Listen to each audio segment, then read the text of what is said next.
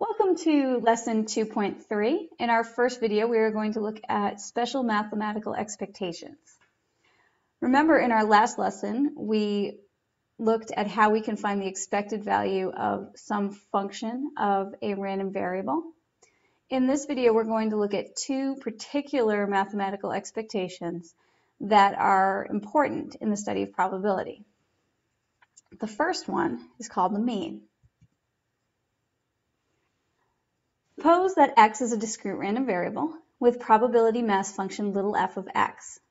The mean is the expected value of the random variable x, and we give it the notation mu.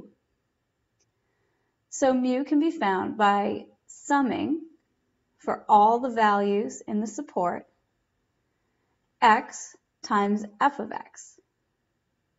So really what the mean is it's a weighted average where each value that the random variable x can take on is weighted by its probability.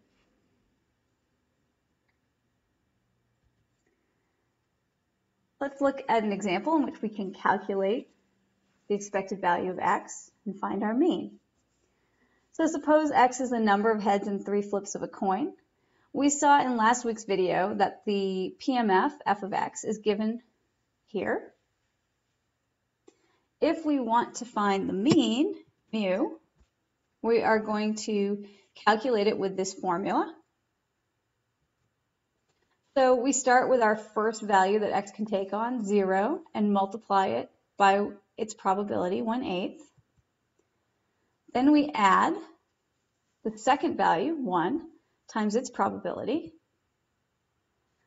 Then we add again. The next value x can take on is 2 with probability 3/8.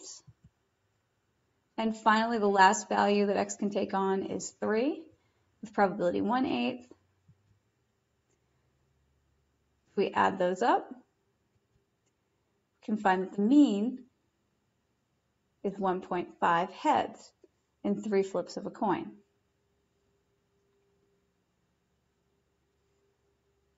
The next important mathematical expectation we're going to talk about is called the variance, and a related quantity called the standard deviation. If x is a discrete random variable with PMF little f of x, the variance of x is given by, we give it the notation sigma squared, and it's the expected value of x minus the mean squared.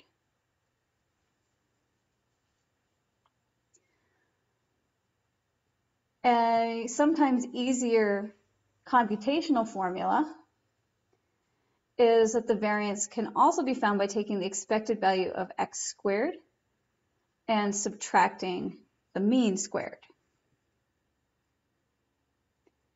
The standard deviation is just the positive square root of the variance. But once we've found the variance, it's very easy to find the standard deviation. And both the standard deviation and the variance are used to describe how much variation there is in the distribution of x.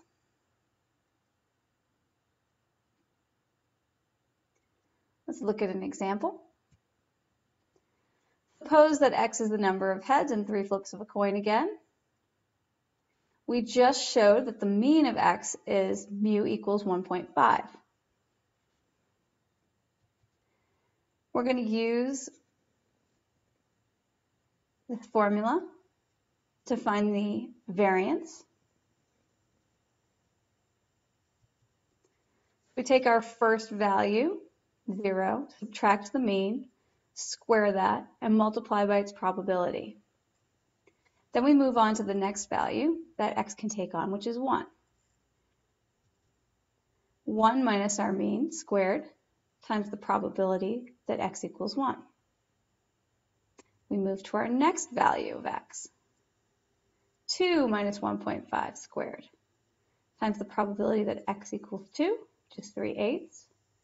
And finally, we move on to our last value of x, which is 3. 3 minus 1.5 squared times the probability that x equals 3. If we go through all these calculations, we'll see that the variance is 0.75.